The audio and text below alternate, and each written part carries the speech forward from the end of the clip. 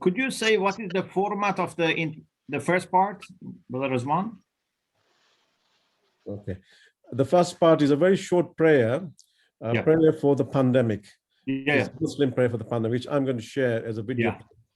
Okay, and then I'll just do a very short dedication introduction, and then I'll hand over to John as the chair for the interfaith discussion on human fraternity. Then he'll lead you on from there. So before we go to the air, can John tell us about the format of the dialogue part? Yeah, I think John will tell you that when he starts. Yeah. I'm just going my bit, which is around 5 minutes or so. Yeah. No problem. Thank you. Appreciate that. Thank you very much. Share my screen.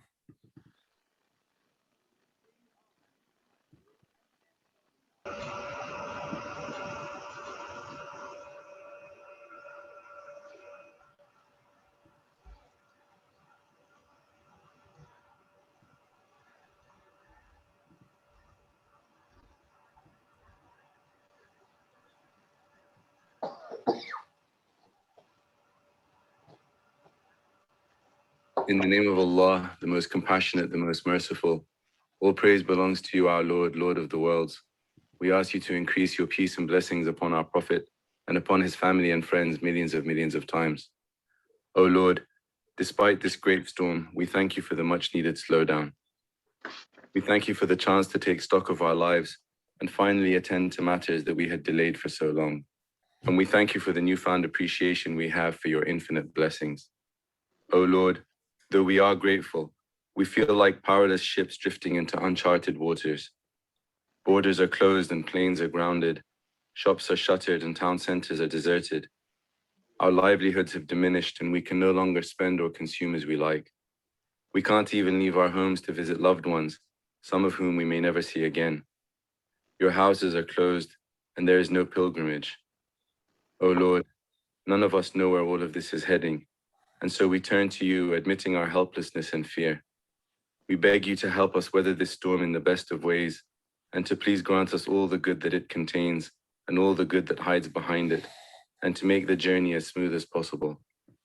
Multiply our positivity and resilience, help us be proactive and productive, and inspire us with creative solutions to the extraordinary challenges we face. Fill us with patience and self-control, gratitude and generosity, and deep compassion towards one another. Fill our homes and neighborhoods with peace, happiness, and grace, and make this the means of unity that humanity so desperately needs. Help us keep our bodies, souls, and minds as fit and healthy as possible.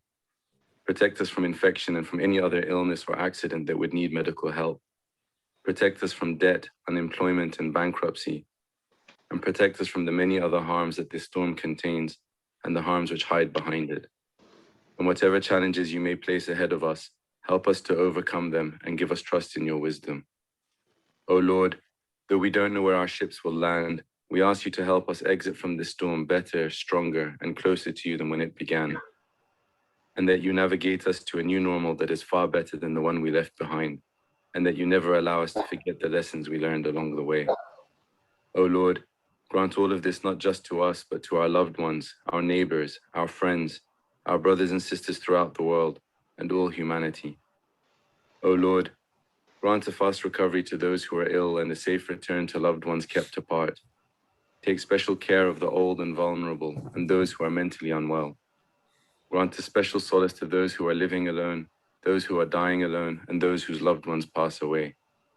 Grant a special patience to young children and the adults who are raising them, and grant a special mercy to those who are now locked up with mean, selfish, or abusive people. Grant a special grace to the frontline workers and volunteers upon whom so many depend, especially those who risk their own health to care for ours. And grant a special aid to the needy, to those with few resources, to those struggling to make ends meet, to those working under great pressure, and to those who are striving to make the world a better place. And we especially ask you to please compel our leaders to do what's best for us all. O Lord, you've promised to answer our calls, and you never break your promises, and you are the most generous of those who show generosity. So please answer our call in the most generous of ways, and keep us consistent in making it until we reach safety. And in closing, we ask you to increase your peace and blessings upon our Prophet and upon his family and friends millions of times, and all praise belongs to you. Ameen.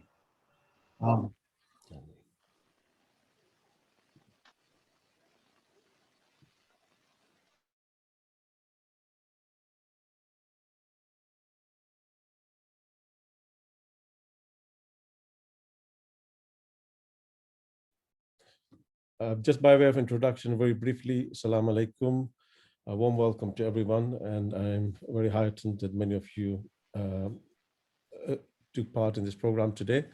We've been holding an Interfaith Iftar at the Hyder Islamic Center in Streatham for about 20 years. And this is the second year where we are having the Iftar program online because of the pandemic situation and the restriction that is imposed on places of worship and other places as well. So a very warm welcome.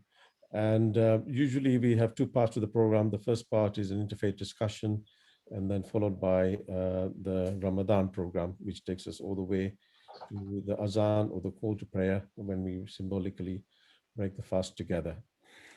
Usually I try to dedicate the program to a cause, a person, or persons. And this year I would like to dedicate this program to the people who have been on the front line fighting against this vicious viral pandemic, which has impacted and affected all parts of the world, and if which humanity does not come together to deal with, will have devastating consequences.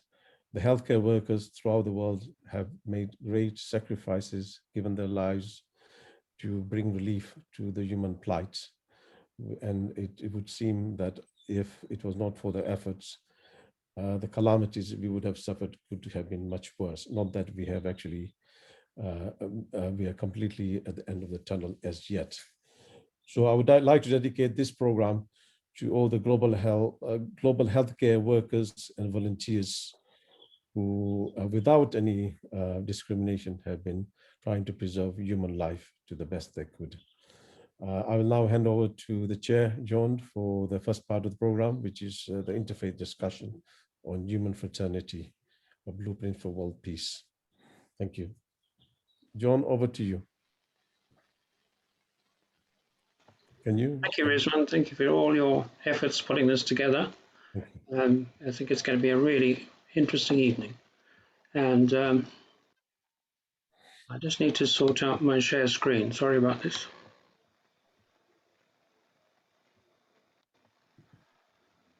No, that's not it. I had it earlier. Anyway, I'll find it in a minute. It's always like this when you're trying to do technology. Right, I've got it. There we are.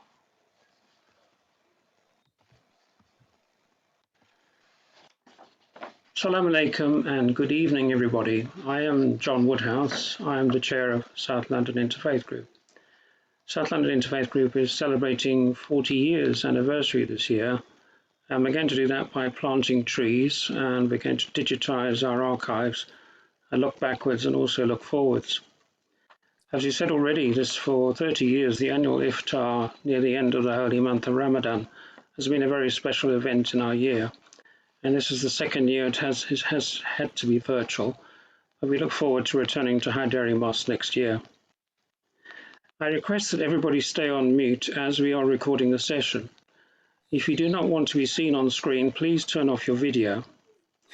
The chat will be disabled, but once the speakers have finished, it will reopen for you to post your questions, and please indicate which speakers you would like to answer your questions. I will briefly introduce each of our distinguished speakers in turn, and we are most grateful to them for giving us their time.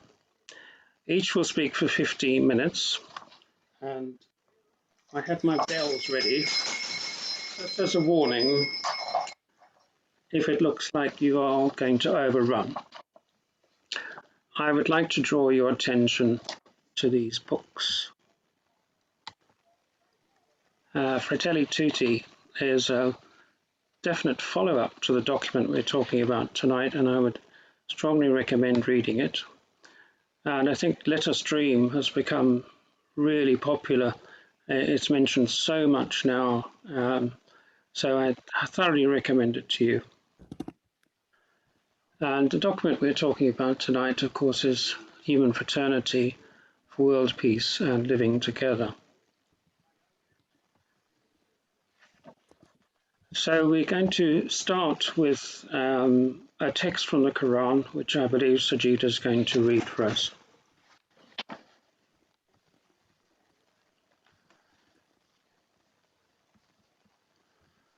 Assalamu alaikum wa rahmatullahi wa barakatuh.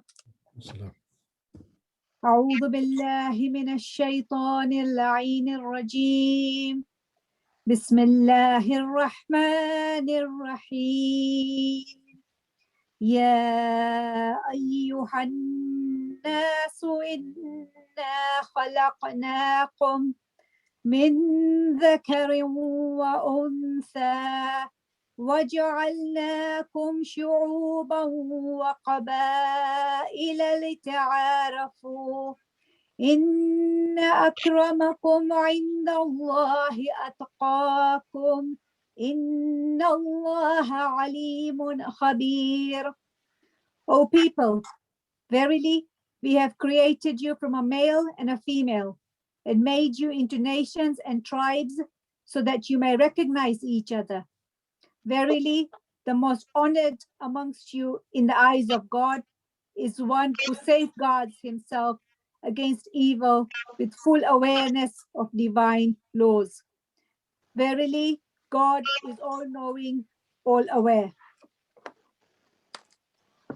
ليس البر أن تولوا وجوهكم قبل المشرق والمغرب ولكن البر من آمن بالله واليوم الآخر والملائكة والكتاب والنبيين وآتى المال على حبه ذي القربى واليتامى والمساكين وابن السبيل والسائلين وفي الرقاب وأقام الصلاة وآتى الزكاة والموفون بعهدهم إذا عاهدوا والصابرين في البأساء والضراء وحين البعث أولئك الذين صدقوا وأولئك هم المتقون. It is not righteousness that you turn your faces towards the east or the west, but righteousness is this, that one should believe in Allah and the last day and the angels and the book and the prophets and give away wealth out of love for him to the kindred and the orphans and the poor and the wayfarer and the needy and for the freeing of the slaves and establish the prayer and pay the poor rate and those who fulfill their promise when they make a promise and the patient ones in distress and affliction and in time of conflict. These are they who are true to themselves and these are they who safeguard themselves with full awareness of divine laws. وعباد الرحمن الذين يمشون على الأرض حونا وإذا خاطبهم الجاهلون قالوا سلاما. The servants of God are those who walk with humility on the earth, and when the ignorant address them, they say peace. صدق الله العلي العظيم. اللهم صل على محمد وعلى محمد. Thank you for listening. Assalamu alaikum wa rahmatullahi wa barakatuh. Thank you very much. One problem I have is because I'm sharing screen, I can't see anybody. But I just want to share one quote which struck me very much. It was something that Pope Francis said on the plane returning from Iraq. You are human, you are a child of God, you are my brother and sister.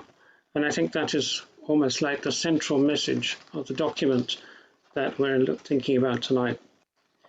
It's a great pleasure to welcome Julie. I haven't actually spoken with you yet, Julie. It's great that you're here. Julie Siddiqui, MBE, is a mentor, consultant, and gender equality campaigner with a specific focus on Jewish, Muslim, and other interfaith relations, and on applying that to social action work together. She has a background in community grassroots work spanning 25 years. Julie has recently established Together We Thrive, a network and online platform to train and inspire Muslim women to fully participate in society at every level, to challenge patriarchal attitudes in all communities, and to ensure Muslim women are better represented in print and TV media.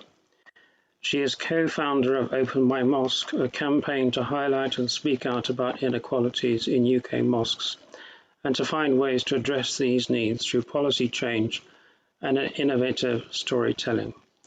Julie, we welcome you and we hand over to you. Thank you so much, John. I'm a little bit scared of your bell, and anyone who knows me knows that I talk a lot, so I'm a little bit, but I'm hoping I did a trial run earlier and I'm fine. I think I'm just within the 15 minutes, so inshallah we should be fine. Bismillahirrahmanirrahim. A'udhu billahi minash shaitanir rajim. I begin in the name of God, the compassionate, the merciful. Thank you so much for Rizwan and John and all of the other interfaith group people. Wow, 40 years is really quite impressive and quite humbling, and I really thank everyone else for being here on another Zoom meeting. But I hope this is really fulfilling, and I'm really looking forward to hearing from the other speakers as well. So as John mentioned, we're really here gathering around this document that I would urge everyone to read if you haven't read it. I've been reading it and also reading around it and having a think about some of the things that come from it. One of the parts of the document, it actually says, in the name of God, both communities declare. So this is the people that signed the document on behalf of really both communities, the Catholic Church and also Sunni Muslims, I guess you could say. And it talks about these three principles: the adoption of a culture of dialogue as the path, mutual cooperation as the code of conduct, and reciprocal understanding as the method and standard. And of course, a document like this and the symbolism of it and the signing of it in 2019 is very important and very useful. And what I want to do today is put forward perhaps some ideas that take the document also into something more practical, or something that we can all sort of play a part in, because in a way this document, the signing of it, was symbolizing all of us then taking it forward. You know, they can't do that for us, we have to do that for ourselves. And the word dialogue is mentioned a number of times in the document, and again, a very important word, and lots of people do very important work around dialogue.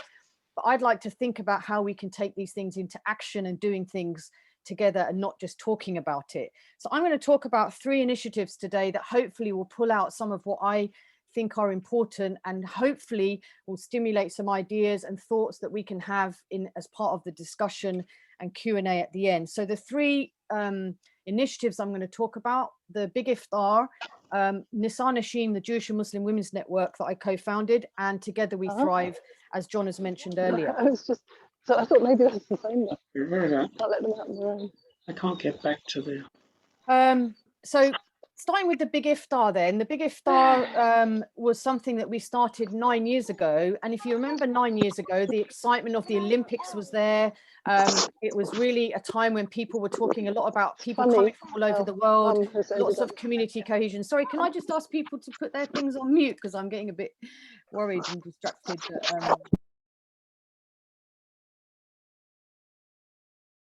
Julie, could you unmute and talk, please? Yeah, fine. You muted me as well. Okay, I get the message.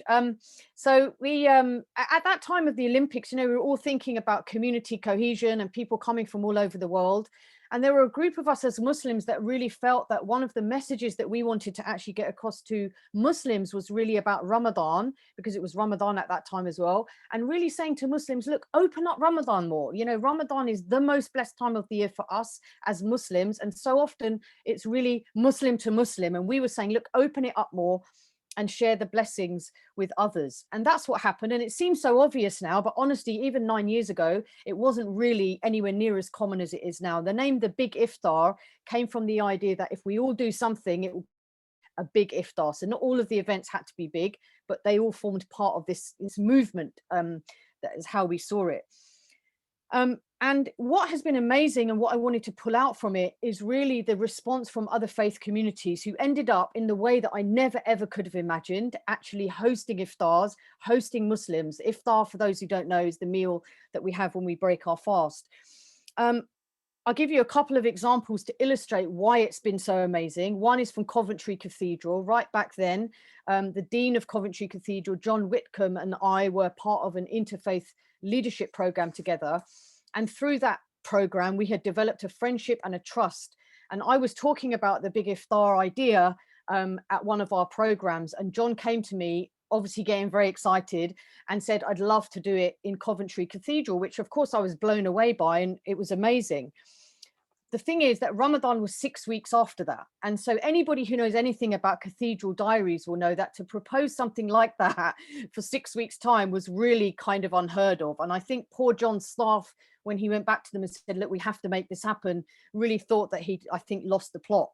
But, you know, through him, his leadership, and also the amazing staff at the cathedral, they did pull it off. And 6 weeks later, we were in Cathedral, and anyone who's been there will know it's a fantastic space, and we were right in the heart of that beautiful space, breaking our fast with people, Muslims and people from other backgrounds in that space, the call to prayer, the hospitality, the love, the beautiful food that we had.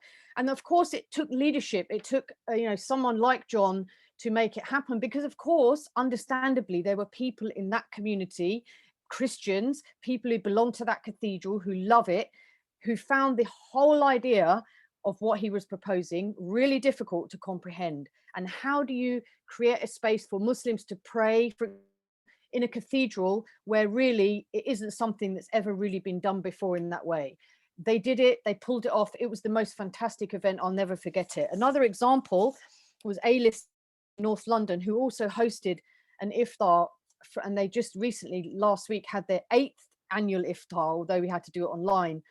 And again, from friendship and trust from Rabbi Mark at the time, and Rabbi Morris and myself discussing it. And I'll never forget the care and attention that they put in right from day one to make sure they got it right. You know, imagine a synagogue iftar in North London, you know, is really something amazing. And I think what's important to understand about both of these things is they broke new ground.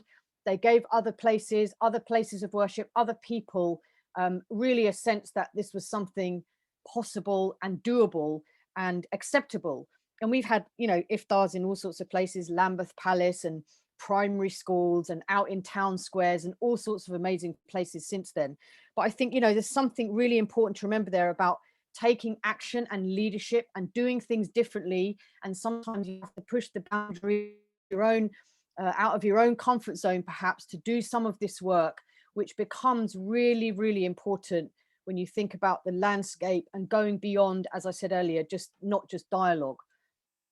So the next initiative I'll talk about, Nisan Nashim, launched it in 2015, following conversations between myself and Laura Marks, who we ended up becoming the co-founders of Nisan Nashim, and also Marcy and others at the time, who we really felt that as women from Jewish and Muslim backgrounds, there was something perhaps that we could just do differently when it comes to these communities. And I had been working with people and friends from the Jewish community for about 5 years already, and really developing these relationships and conversations and thinking about, you know, the relations between these two communities in this country so often become caught up in what is happening in Israel and Palestine, and how do we navigate this space in Britain? What does that look like? What do those relationships look like?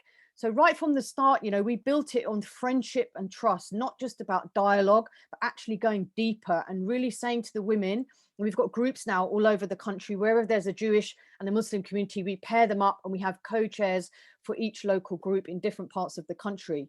And we've said to them, right at the heart of it, put the friendship, develop the friendship and the trust, so that when you do start to talk about the difficult things, you will have that basis on which to build it. And of course, some of the work around anti-Semitism and anti-Muslim hatred is also important, crucial, but difficult. You know, the anti-Semitism and anti-Muslim hatred can be similar, can also be very different. What offends people is difficult to sometimes understand from others. So all of these issues we've brought them together, and it has been amazing. And of course, you know, there are Muslims who are anti-Semitic. There are Jewish people who in this country who don't understand Muslims, who feel fearful, who feel that, you know, they buy into all of the ugly, horrible stereotypes that they hear about Muslims. You know, how do you then navigate some of that stuff? And it's why I feel so proud of the work, and also so really proud of those women, all of them, every single one of them, for being a leader and doing things differently and really putting that work into action in their communities, in their families, in their mosques, in their synagogues. And, you know, there's so much more that we want to do with that. And just to give you an illustration of why this stuff is important, you know, when the Pittsburgh synagogue shooting happened, I cried. I cried because, not because, and I didn't just sign a letter as a faith leader to say, I condemn what happened. I cried because I knew the kind of people that would have been in that synagogue. I've been in synagogues like that with my friends here and in America. I understood what it would have felt like when that man went in and shot people, you know, indiscriminately in the way that he did. I really felt it on my inside. I felt sick. I felt upset for them. And then similarly, the same sort of time, the mosque attack happened in New Zealand. And Lindsay, my Jewish friend, was the very, very first person to call me first thing in the morning when the news was unfolding about what was happening. And she called me to say, are you okay? I'm so sorry to hear what happened. And she then had to hear my frustration and my anger about what was happening. And I was angry because I felt like, why is everybody suddenly surprised that a crazy person has gone into a mosque and shot people dead? Why is anybody surprised when we know that the anti-Muslim sentiment and all of that was rising? Don't be shocked by it. We're not shocked as Muslims. We knew this was going to happen. You know, she had to listen to me talk about all of that stuff. And as my friend, she did a great job. And just to finish off on this point by saying, you know, even today, as recently as today, some really kind of difficult discussions happening between some of these Jewish and Muslim women based on the horrendous attacks that we saw 2 nights ago in Al-Aqsa Mosque in Jerusalem. And, you know, again, people being shot as they prayed, you know, terrible, terrible scenes that look like they're coming out of a film, actually coming from real life. What do we do with that as Jews and Muslims in Britain when there's so much complexity around that whole area of the world? And it's not straightforward, but clearly that is not okay. So how do we as Jewish and Muslim women navigate these things? And these conversations literally have been happening today. And again, it requires trust and empathy and compassion, but it's not easy.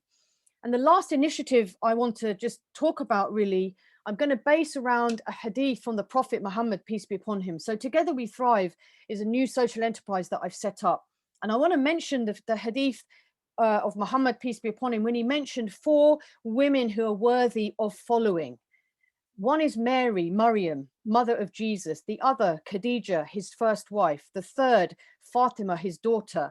And the fourth, Asiya, the wife of Pharaoh. May God be pleased with all of these women. And the Prophet specifically mentioned, peace be upon him, all of these women. Why? Because these are women that we can learn from.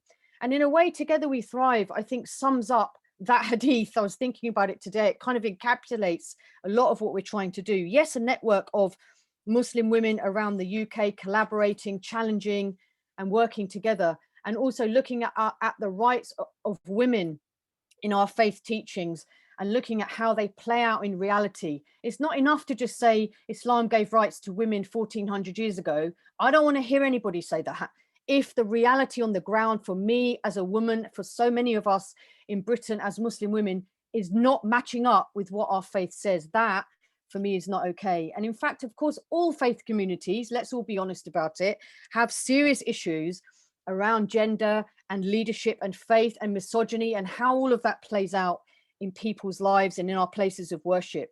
And in that sense, we as women of faith actually have more in common when it comes to this bad stuff than people often like to talk about. But I love to talk about these things because I think it's very empowering for us to learn from each other. So just briefly finishing off before John rings his lovely bell, to talk about the 4 women just very briefly that were mentioned in that hadith, because it's important. And I think summarizes why I think that we as women of faith in particular have a really important role to play. Now, Mary, or Maryam, as we call her in in Arabic, may God be pleased with her, has a whole chapter written about her in the, named after her, sorry, in the Quran. Beautiful descriptions of her character and who she was as a person. We don't have that much detail though. We believe that as Muslims, whatever's written in the Quran is the detail that we need. But having said all of that, I believe we also have a responsibility to, and not just as women, but people, to find out more about Mary, or Maryam in this case, and her character and what she stood for and who she was. And of course, I think there's something really important here that we as Muslims and Catholics, for example, can talk about and learn from. And some of these things are difficult, of course. The understanding of Mary being the mother of Jesus, peace be upon him. What does that mean? Who was she? And how did that play out? But she's a really significant figure for us as Muslims too. And I think that we can learn respectfully together about her as just one example. May God be pleased with her. Khadija, the first wife of the Prophet, the most dear in many ways to him until she died. He was heartbroken when she died. She's a beautiful example of him and her, and a wonderful union that they had. May God be pleased with both of them. She was older than him. She proposed to him. She had money and he didn't. She supported his mission from day one, never doubted that what was happening to him was something that was meant to happen. She employed him. She proposed to him. She was for sure a very powerful role model. What I would say to Muslims, though, as an extra bit of what we normally say about Khadija is, are we really creating environments and communities where some people like Khadija, may God be pleased with her, can rise and be part of our communities again? In some cases, unfortunately, I would say no. And then just very quickly finishing off so that I don't run out of time, Fatima, the daughter of the Prophet and of Khadija, we need to learn from her, learn about her life, what she was. She was very patient. She was very close to the poor and the destitute, always gave away whatever she had. Loads of things we can learn from her about how she responded when her father was ridiculed and treated badly. And last but not least, Asiya, the wife of Pharaoh, who was really living in a situation where she was living essentially and married to a tyrant. How she managed that, how she conducted herself, all of these things we can learn from. So just finishing off, Together We Thrive, really focusing on developing and growing as Muslim women, challenging the misuse of our teachings, but also finding allies and partners with women of other faiths, Catholic and other women, and really challenging and looking at the patriarchal structures in our communities and how that doesn't work. And we can't just accept them. We need to challenge the status quo and very much be partners as men and women and people of different faiths together. So just finishing, I would say that we need to go forward with action, as I say, beyond dialogue. Dialogue is great. I never dismiss anybody that wants to do any of this work. I know how hard it is. Even dialogue is difficult. But I would say we need to take our dialogue and really turn it into action. We are people who are proud of our country, passionate about our faith, and we need to look beyond just tolerance. We need to go through respect and coexistence and really think about how we work together for the sake of the common good. Thank you so much for listening. I spoke very fast. And John, thank you for not ringing your bell on me. Assalamu alaikum. Judy, you nearly got the bell, but it was so interesting.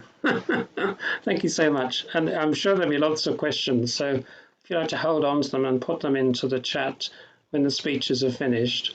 And I apologize, I've been having problems with sharing the screen. I don't know if you kept seeing the wrong thing on the screen, but I'm going to try again. I hope it works this time.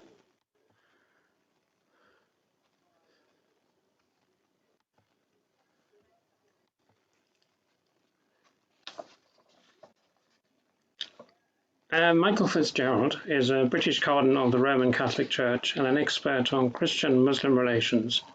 He has had the rank of Archbishop since 2002.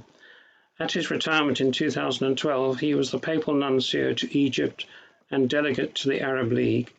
He headed the Pontifical Council for Interreligious Dialogue from 2002 to 2006. Pope Francis raised him to the rank of Cardinal on the 5th of October 2019.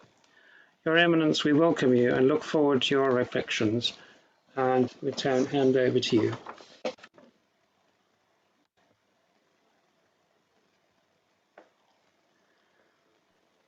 Thank you, John. I'm going to start with a reading from the Gospel of Luke, the parable of the Good Samaritan. John mentioned the letter of Pope Francis, Fratelli Tutti. His chapter 2 of that letter is all on this, a reflection on this parable. A man asked Jesus, "Who is my neighbor?" Jesus replied, "A man was once on his way down from Jerusalem to Jericho and fell into the hands of brigands. They took all he had, beat him, and then made off, leaving him half dead. Now a priest happened to be traveling down the same road, but when he saw the man, he passed by on the other side. In the same way, a Levite who came to the place saw him and passed by on the other side. But a Samaritan traveler who came upon him was moved with compassion when he saw him. He went up and bandaged his wounds, pouring oil and wine on them. He then lifted him onto his own mount, carried him to the inn, and looked after him. Next day, he took out 2 denarii and handed them to the innkeeper. 'Look after him,' he said, 'and on my way back, I will make good any extra expense you have.' Which of these 3 do you think proved himself a neighbor to the man who fell into the brigand's hands?" "The one who took pity on him," he replied. Jesus said to him, "Go and do the same yourself." The Gospel of the Lord. So now I want to talk a bit about this document that was on human fraternity that was signed by Pope Francis and Dr. Ahmed Tayyib, the Grand Imam of Al-Azhar, in Abu Dhabi on the 4th of February 2019. To my mind, it is a courageous document. It is wide-ranging, but realistic, and I think we should consider it as a work in progress. So I want to take each of these points. Courageous document. I think the 2 leaders had the courage to engage with one another. Dr. Ahmed Tayyib was the first Imam of Al-Azhar to travel to the Vatican to meet with a pope. A pope had visited Al-Azhar. Pope John Paul II went to Cairo in the year 2000 in February, and he was warmly welcomed at Al-Azhar.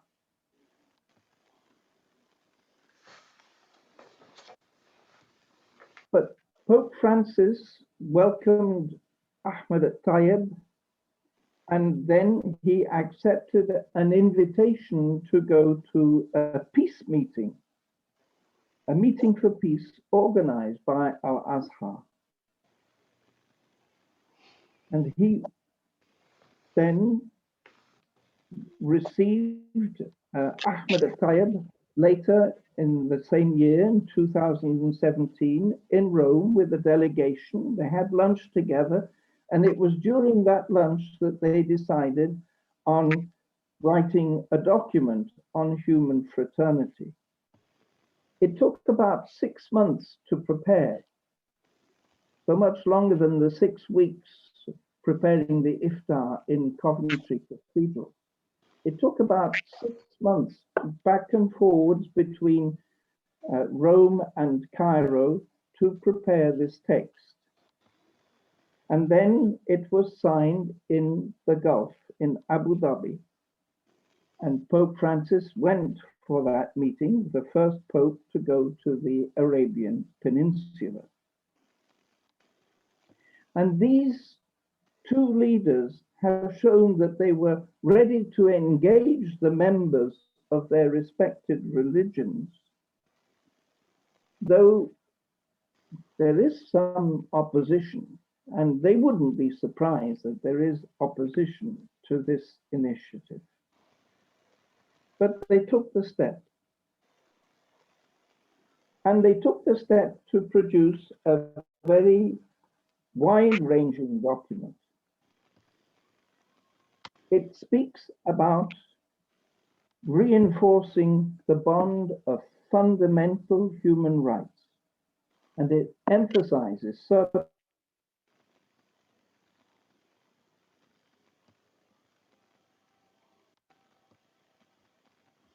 He's got muted somehow.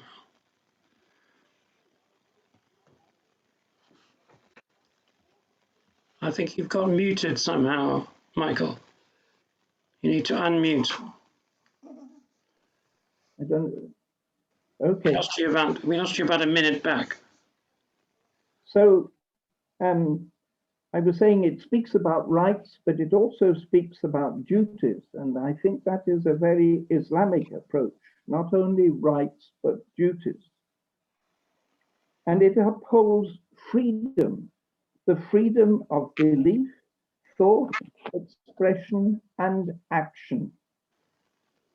It's mumarisa in the Arabic text. We don't know which is, but I'm sure that it was worked out in Arabic, because at that time, one of the private secretaries of the Pope was an Egyptian priest. And so he was able to work with Mohammed Abdul Salam, whom the Imam entrusted the drafting of this document. This document tackles the problem of extremism and evokes the need for the protection of places of worship. It calls for a culture of tolerance, and that goes beyond mere acceptance of one another. It goes beyond a laissez-faire attitude, because these two religious leaders stigmatize individualism. They are asking for a moral regeneration. And I would like to emphasize that I think this document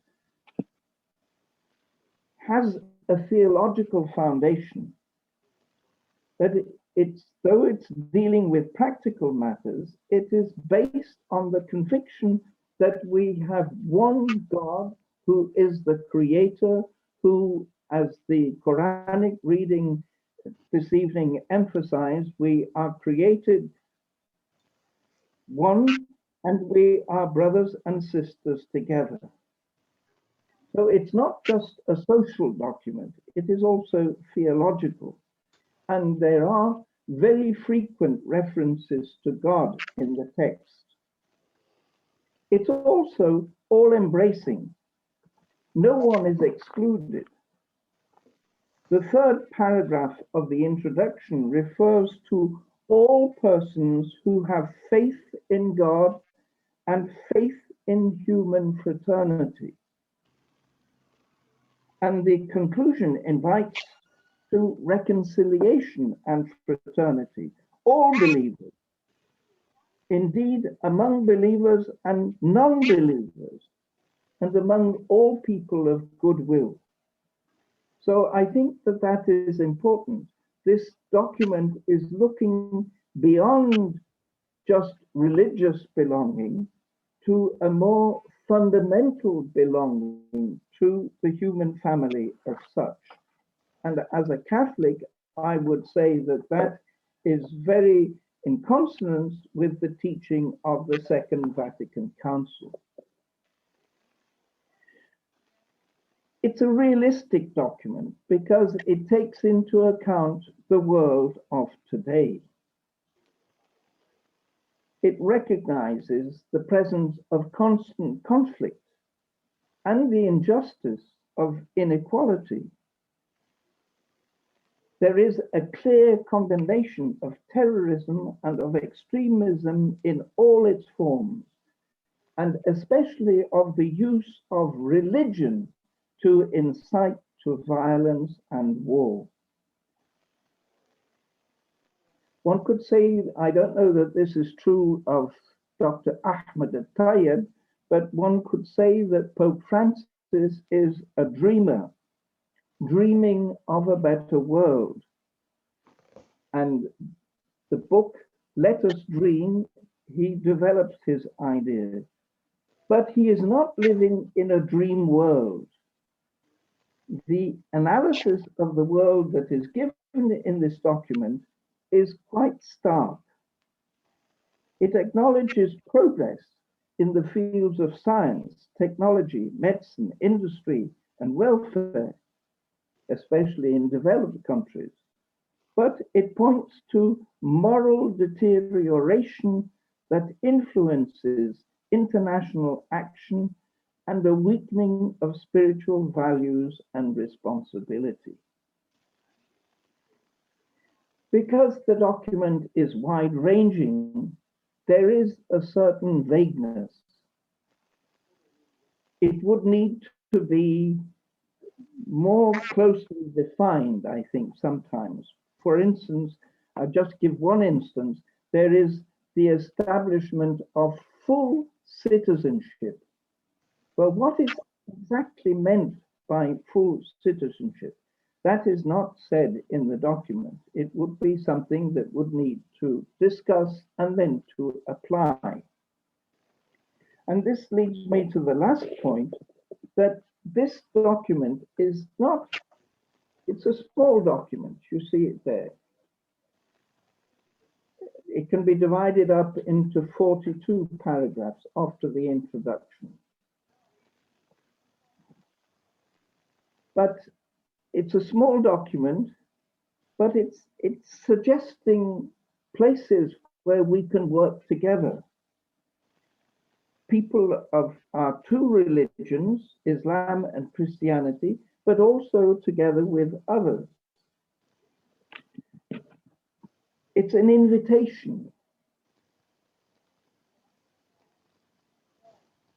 So, and what has encouraged me is to know that after the document was signed, it decided to institute a higher committee for human fraternity.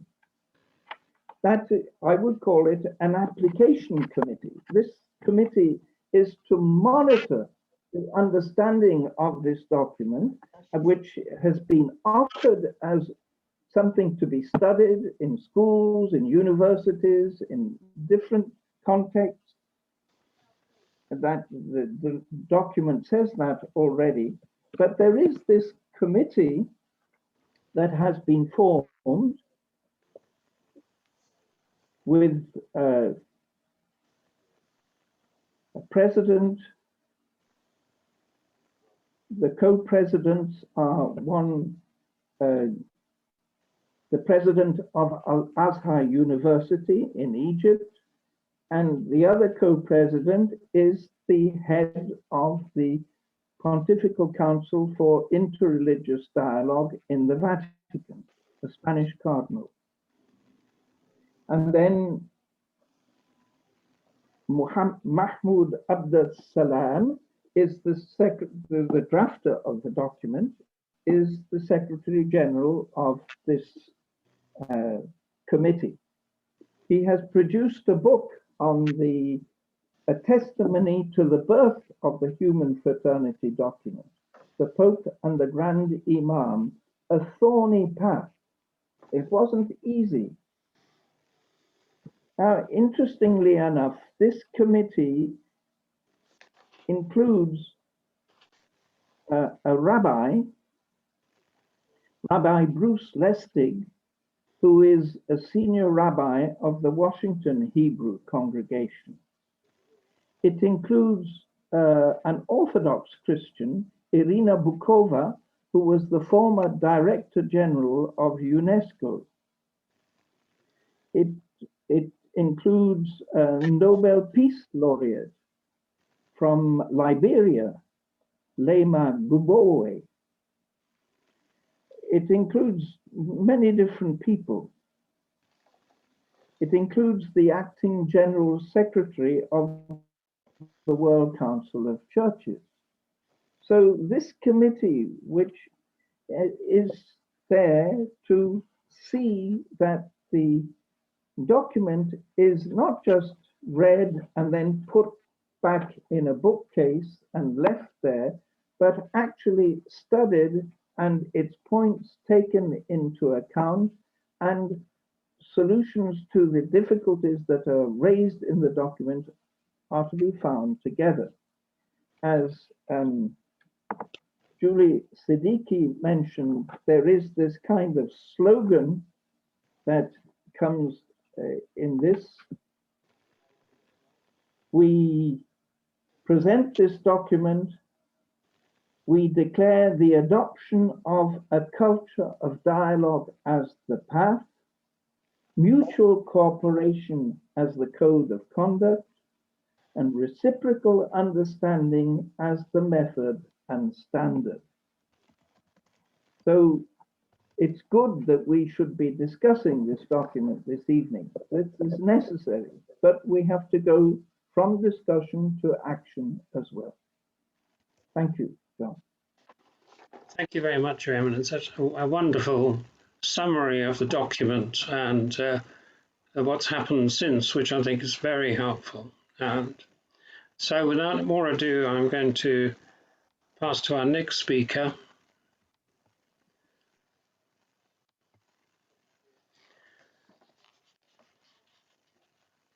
Dr. Sheikh Mohammed Ali Shamali was born in Tehran, Iran.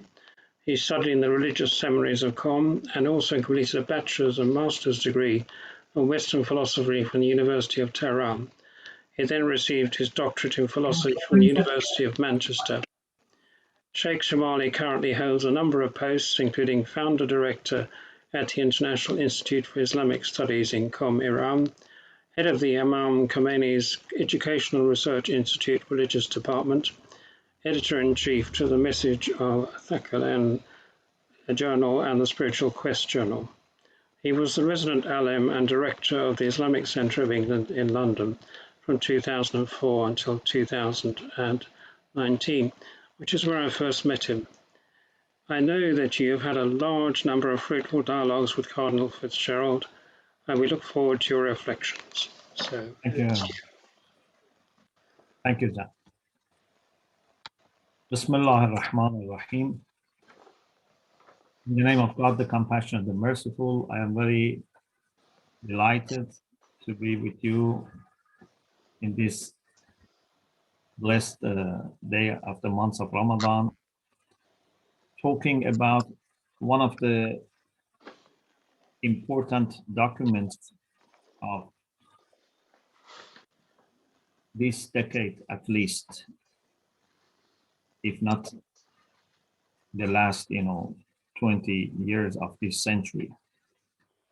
And I hope and pray to God that He would guide our direction, the direction of our discussion to where our hearts come closer and we can understand better what we can do for furthering this cause. As we heard on the 4th February 2019, Pope Francis and Dr. Ahmed Tayyib signed a very important document on human fraternity, which when you read, you would be surprised by the amount of topics that are covered and how they managed to identify some of the greatest challenges that humanity faces today. It's very, very good examination of our current situation in the world, plus what can be also solution In May 2020, Pontifical Institute for Arabic and Islamic Studies, they published issue 45 of Islamo-Christiana. And over there are different papers on this document. And I had a paper in that issue and reflected as a Muslim and in particular from Shia perspective on this document. I just share with you few points from my paper where I just refer to major issues of this document. And then I want to carry on with some other issues. And those who are interested, they can find this paper also online. A Shia Muslim perspective on the document on human fraternity for world peace and living together. So this was published in 45 of Islamo-Christian. In the document, which is very rich and it's very, much praiseworthy that they managed to put this together despite belonging to different traditions. So they mention few important points. One is that we need to work together to establish fraternal ties and consequently love and collaboration with all human beings, especially between Christians and Muslims. In Barakats, I have had the idea that both Muslims and Christians needed to develop a more advanced theology of how to deal with each other. I think in Christianity, especially the Catholic Church, progress has been made after Second Vatican Council and in particular Nostra Aetate, but still I think there is a need for developing something specific about how to deal with Islam. And in the Muslim world also the same. We have things about, all believers or all the people of the book, for example, but we need to have a special attention to how we understand the relation between Islam and Christianity and Muslim and Christians specifically. So here there is a step towards this important, I think, progress. Promote a culture of dialogue, mutual recognition and respect. Of course, this is something strategic and we need to come up with lots of plans and lots of curriculum developments, courses, etc. But we have to work on it. Spread a culture of tolerance and coexistence. Rediscover the values of peace, justice, goodness, and human fraternity. So they didn't neglect the issue of justice or peace because they just wanted, to talk about theological. No, they came down also to all the problems that we have on the ground. Revive the human conscience and remain grounded in religious values. Humanity would suffer more and more if religious values are compromised or ignored, or religious people feel shy to offer their contribution and just think everything has to be neutral or everything has to be just secular. 6, observe moral values, especially in international encounters, to avoid despair, isolation, and religious or atheistic extremism. It's very important. Yes, we have religious extremists, but we have also people who are not religious and they are extremists. We have people who are not religious and they are fundamentalists. So we have to be aware. Attend to the world's injustices again, safeguarding family life, which is very important.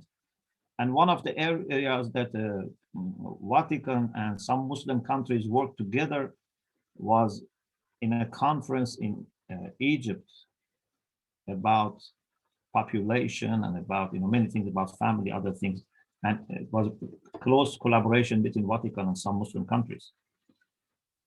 Do not misuse religion by legitimizing violence in the pursuit of one's political agenda. Respect the freedom that God has granted to mankind. Respect the rights and dignity of women. Preserve the rights of children, the elderly, and people with special needs. Secure equal citizenship for all members of one's society. Protect places of worship. End all terrorist activity in the world. Form good relations between the East and the West. So as you see, it's very comprehensive, and it's written with commitment to their theological backgrounds, but at the same time with the language of unity and the language of heart and mind together. So what came after this, as Cardinal Fitzgerald mentioned, in addition to the formation of a committee for furthering up, there were, last year, month of Ramadan was the day of prayer, which was also sanctioned by the Pope and Muslim, leaders. And something which I think was very important is that on the 3rd October 2020, Pope Francis in Assisi, near the home of St. Francis, he issued his letter of universal fraternity. When you read that, you find that that is very much in harmony with this document of human fraternity that he signed with Sheikh of Al-Azhar. And for me, this is very important because I realized that this is not a side attempt of the Vatican just when it comes to how to deal with Muslims. It comes from Pope's deep conviction to universal fraternity, and in every ground, he tries to enhance and advance this. So I see consistency here. And I think the good experience that he had with Imam of Azhar, which led to that, gave him maybe a signal that this is the path and he has to continue. And then the next important incident is his historical visit of Iraq in a very difficult time. And I heard from my friends in Rome that all advisors of the Pope were against this trip because of the risks, because of pandemic, because of maybe terrorist, risk, etc. But after lots of prayer, the Pope decided to make this trip. And it was very encouraging for us to see that there is recognition of the great work, actually similar work for universal fraternity that Grand Ayatollah Sistani was doing all these years post Saddam in Iraq. And had it not been his role and other religious leaders, but his main role, Iraq would have been in a much worse situation today. Still, it's not a perfect situation, but it could be much chaotic situation after Saddam, when there was a vacuum of power, and different groups had weapons, etc. Could lead to disaster. He tried to secure independence of Iraq. He never visited any head of a state or any foreign minister of any country, except of course maybe Iran or United Nations officials. And he said actually to the Pope that for several years he's not meeting any person except religious people or people who work for culture. He dedicated his power and the respect that people have for him to bring unity inside Iraq and to support not only the Shia. No, he supported everyone. He supported Sunnis and said Sunnis are not just brothers, they are ourselves. He supported Christians, he supported Yazidis. He opened the doors of Shia shrines and Shiite institutions to Christians, to Yazidis who had to flee from ISIS. So to see that there is such recognition by the Pope and Vatican to make this visit despite all the challenges, and recognition of Grand Ayatollah Sistani, who is not a man of meeting many people, to welcome the Pope in his home and having such intimate meeting that you could see how they held hands of each other, what the Pope said in the plane. So I think we are seeing some good steps taking place.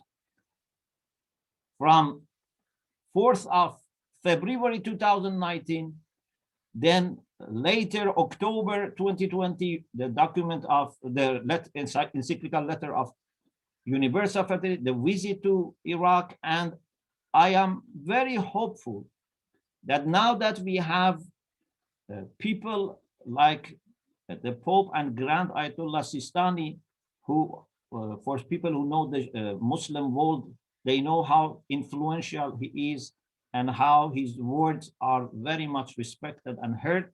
I think their meeting would facilitate for us who want to work for dialogue, and this would remain for centuries as a point of reference.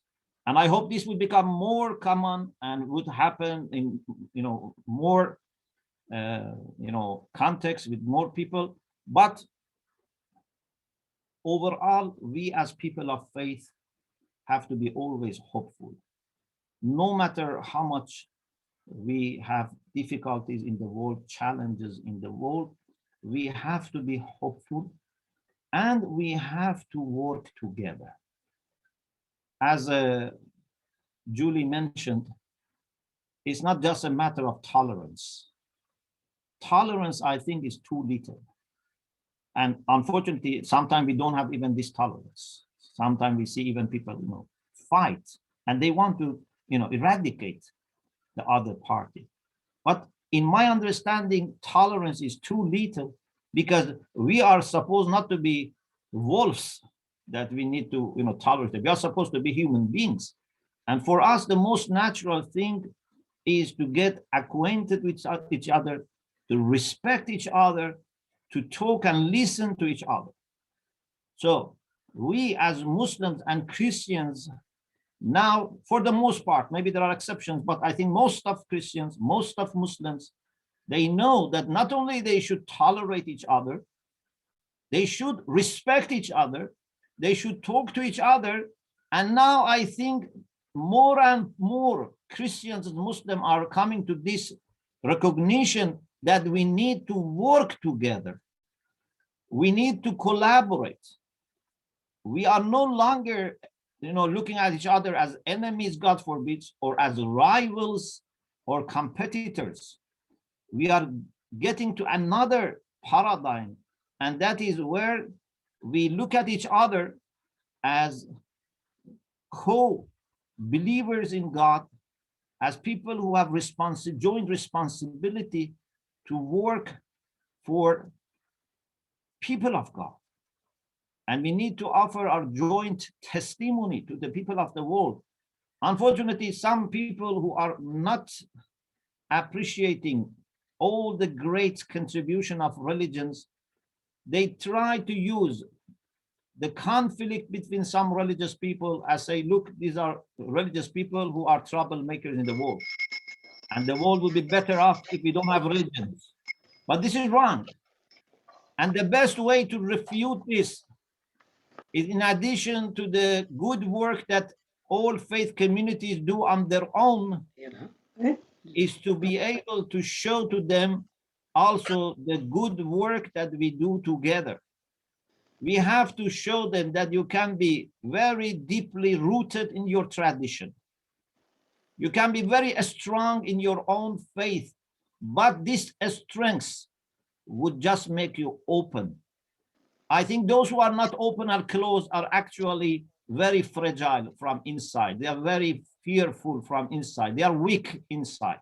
We need to show that depth and strength in your tradition would make you happy to work with people from other religious traditions, and we together demonstrate our unity to other people. I am thinking that we are seeing that, thanks to God and thanks to the people who try to humbly listen to God, these are being one after the other happening. Just it is our role to recognize where we can stand, where we can help, or at least not be an obstacle for this push, soft push of God, humanity towards universal fraternity. Thank you very much. Thank you so much, Sheikh Shamali. It's really interesting, and especially what you said about Iraq. I think that's very, very helpful. So without any more ado, we pass to our last guest, who's waited so patiently. Kevin McDonald is the Archbishop Emeritus of the Roman Catholic Archdiocese of Southwark.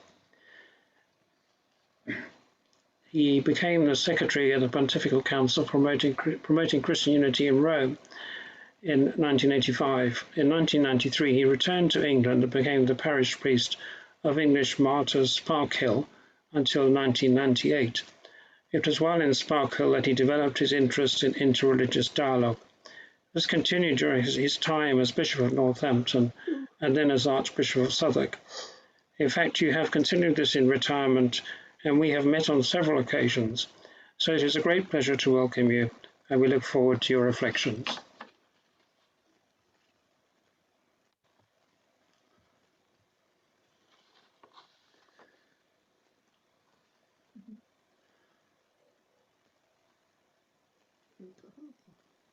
Yeah, can you hear me? Yes, we can hear you. Can you hear me now? Okay. I thought it might be interesting to try and contextualize from a Catholic point of view this document, the agreed document on human fraternity. And I'll do that. So, because it doesn't come from nowhere, I think it's important to realize that it has a context.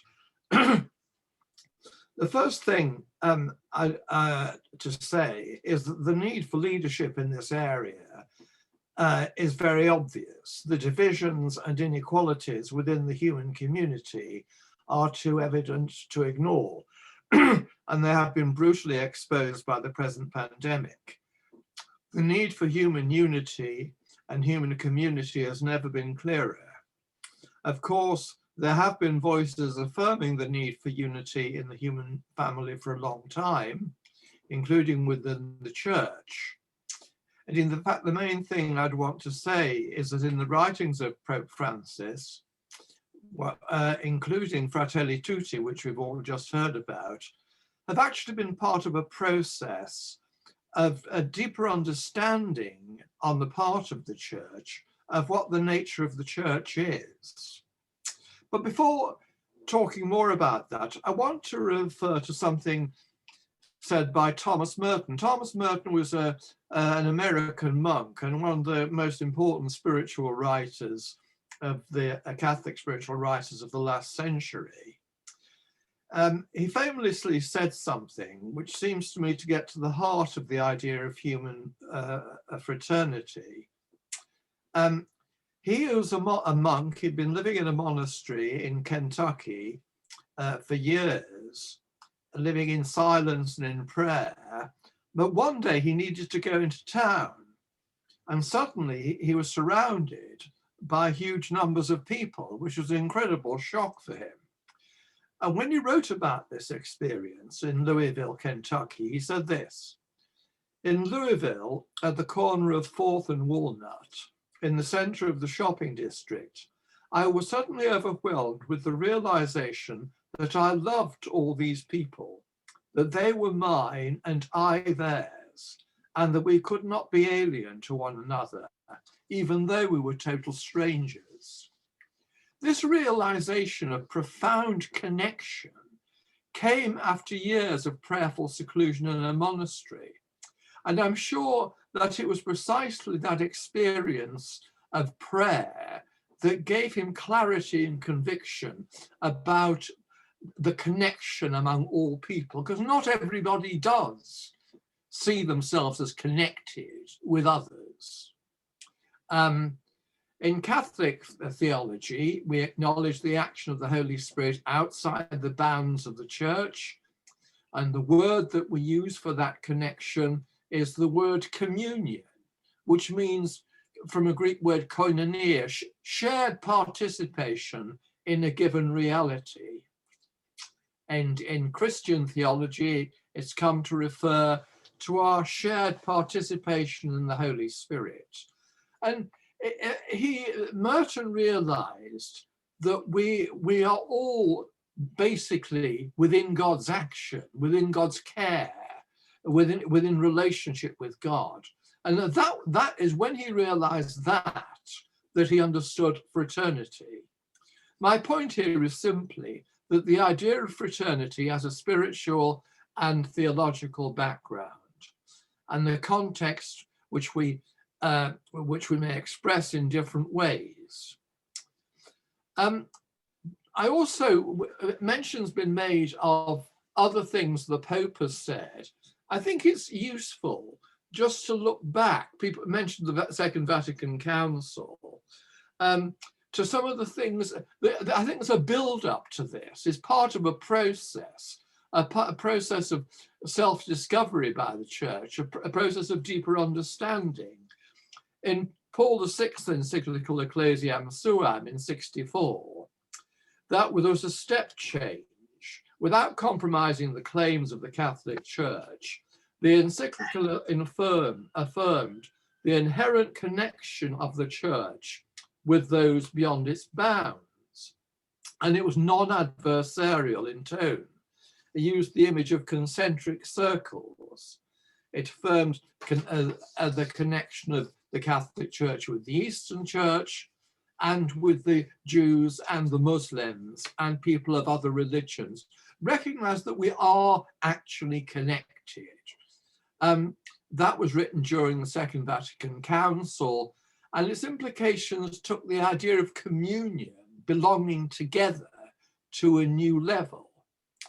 And in Church's relations with other Christians, it came to be talked about in terms of degrees of communion. Mention was made a moment ago about Assisi, and I think it's important to recall that Pope John Paul II in 1986 convened a day of prayer for peace in Assisi with other Christians and members of other religions, inviting them to pray for peace. So there's a background to that's what I'm saying. This hasn't come from nowhere. This is part of a process. On that occasion, the Christians prayed together while members of other religions prayed in their own way. And the Pope positively affirmed the members of other religions in their prayer. Later on, in one of his encyclicals, he affirmed the unique position of the Catholic Church within God's purposes, while also affirming the action of the Holy Spirit beyond its bounds. The point is that faith in the Holy Spirit, active in the world and in the community, provided a clear theological basis for the idea of fraternity as developed and explored by Pope Francis. So human fraternity is a gift of God. That's the point. It's a gift of God, and it's a gift and a responsibility as well. So turning now to Pope Francis himself, in his encyclical Laudato Si, he took this idea of communion to yet another level by affirming and exploring the relationship between the human community and the whole of creation. This is very important. It's our world. The world is God's gifts. It's something we share, given to us to nurture, sustain, and sustain together. That's the context for human fraternity. We belong to this one world. And he quotes the ecumenical patriarch Bartholomew. As Christians, we are called to accept the world as a sacrament of communion, a way of sharing with God and our neighbors on a global scale. And Pope Francis himself says, the created things of this world are not free of ownership, for they are yours, Lord, who love all the living.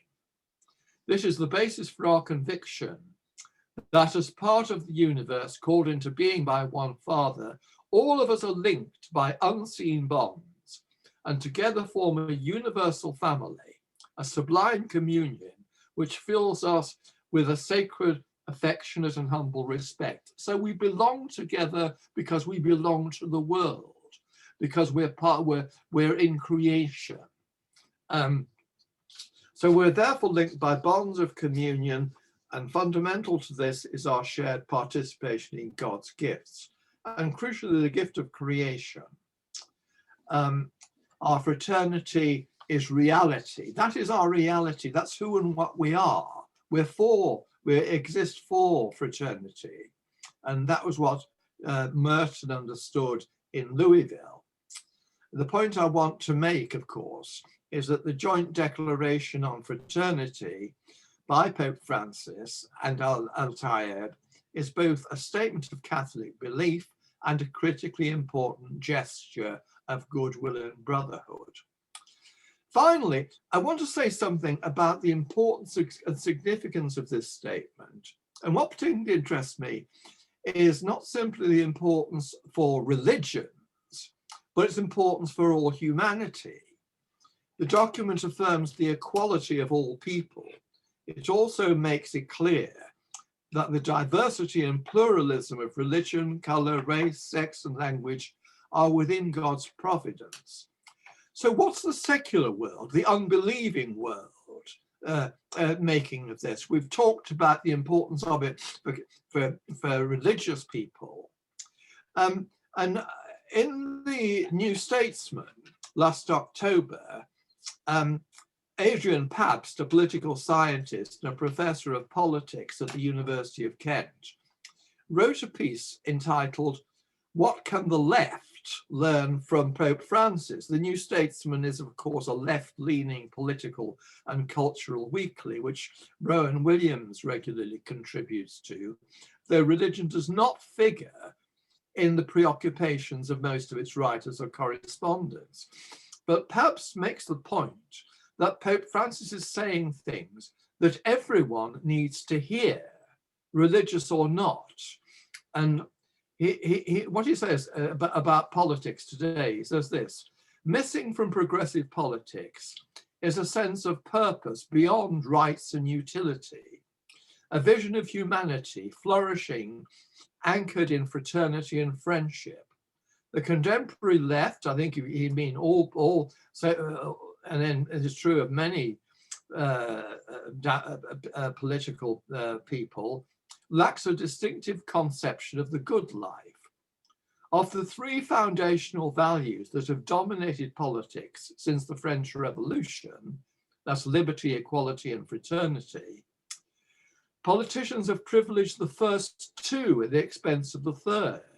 Yet without fraternity, liberty slides into individualistic free choice, removed from the relational constraints of family and community. It seems clear to me that Pope Francis is speaking into a vacuum in the political culture of our day, whether it's on the left or the right.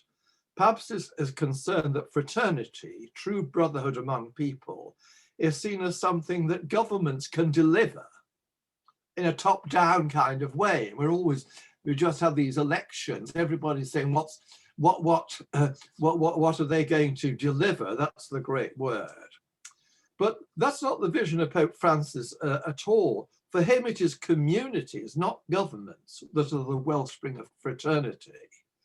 And Adrian Pabst also sees the development of extreme identity politics, where politics is driven by single issues, whether race, gender, sexual orientation, and so on, as very often causing division and undermining the growth of grassroots fraternity, when you're focused totally on your issues, the issue that are your priority. That does not create fraternity. He says the combination of identity politics and the free market simply exacerbates divisions. And very interestingly, he sees the modern obsession with technology as creating a world of connection, which is actually artificial. Are we connected? Are we more fraternal because of the internet and so on? There's the potential for it, but does it actually facilitate it, or does it in fact in some ways do the opposite? To recover a moral compass, politicians should heed Pope Francis's call for a new vision of fraternity and social friendship. Fraternity is a universal disposition. We should love every human being because we all have dignity. So the key point here seems to me that any particular issues that we may have, as I said a moment ago, need to be seen in the wider perspective of human fraternity, a perspective that doesn't favor one issue in a way that undermines other issues. A final point, and this is very important, is that our fraternity must be global, not limited to one continent, one country, one tribe, or one race. During the pandemic, sometimes on the news, you feel there's an obsession with local issues, with British issues, and only occasional reference to serious situations in Yemen, in India, and so on and so forth. I think we must think globally. Our sense of fraternity must be global. And it's interesting that Pope Francis visits and places that people surprise people. He goes to places that people wouldn't expect him to go. Finally, though, perhaps the most important of all is that the idea of fraternity shifts the focus away from me and my issues. That's the important point. This is not to say that my issues are not important, but they are part of a bigger picture, a bigger story that includes us all, and that's the story of human fraternity. Thank you. Thank you very much, Archbishop Kevin. I think you gave it a wonderful context, and also bringing in the secular element is so important. So thank you very much for that. I'd like to thank all the four speakers at this point, because I think it's been a most stimulating evening, and I'm sure there's lots of questions. I've spotted several in the chat already. What I propose now is that we have a comfort break. Our friend from Citizens UK, Safaraz Jaraz, has to leave at 8:25, so I'm going to give him the floor at this point, and perhaps if you have any more questions, you put them in the chat and tell me who you'd like them to, who you would like to answer your questions. So thank you all very much, and thank you very much everybody for coming. We had at one point we had 72 people here, which is really fantastic. It's wonderful you spent this time with us. So over to you, Safaraj. Thank you very much, John. Peace be with you all, my dear brothers and sisters. I do miss seeing you at the Hadri Islamic Center, but being able to see you here online is the second best thing. Very grateful to the esteemed speakers today, raising very important points, and hopefully just building off of the back of that, I just wanted to share a little bit of information about the work of London Citizens, and in particular, given that we're in South London here, the work of South London Citizens. So I'd like to start off with a brief statement. Good deeds can be achieved through the work within our faith institutions. great deeds can be achieved by working across our faith institutions. So just to elaborate a little bit on that through the work of Citizens. Citizens UK is a people-powered alliance that's dedicated to challenging injustice and building stronger communities here in the UK. Now, there are a number of national projects, but those are really made possible by the work of local chapters in cities and boroughs. So the Haythry Islamic Centre, for example, is a member of Lambeth Citizens, and we have those chapters across South London. The method of community organising, which includes sort of local civic institutions like churches, mosques, synagogues, gurdwaras, mandirs, schools, student unions, trade unions, and other such associations, develop the voice of the people and allow us to come together, organising money, organising people to really, strategically leverage the power that we can have collectively for social justice issues. And I won't go into too many of the sort of the projects and wins, but by working together, we've put over £1 billion into the pockets of the lowest income earners in our communities. We've been able to do fantastic work in welcoming refugees into our country. We've done fantastic work ending things like child detention, making misogyny and Islamophobia high on the agenda as recognized hate crimes. And some of the more local work we're doing here in Lambeth around building community land trusts for more affordable housing, addressing the digital divide. So many of our children in lockdown who don't have the same funds to buy iPads and fancy laptops, being given access to laptops that allow them to participate in school even when things are offline. So I guess in summary, just to say that at a time when all faiths are being challenged, disparaged, anti-faith views are on the rise, it's more important than ever for us to be able to work together in fraternity and put our values into practice in really practical terms, to address the injustice and to show our detractors the real face of our faith in action. If you're interested in having your community sign up, I'll try and put a link in the chat.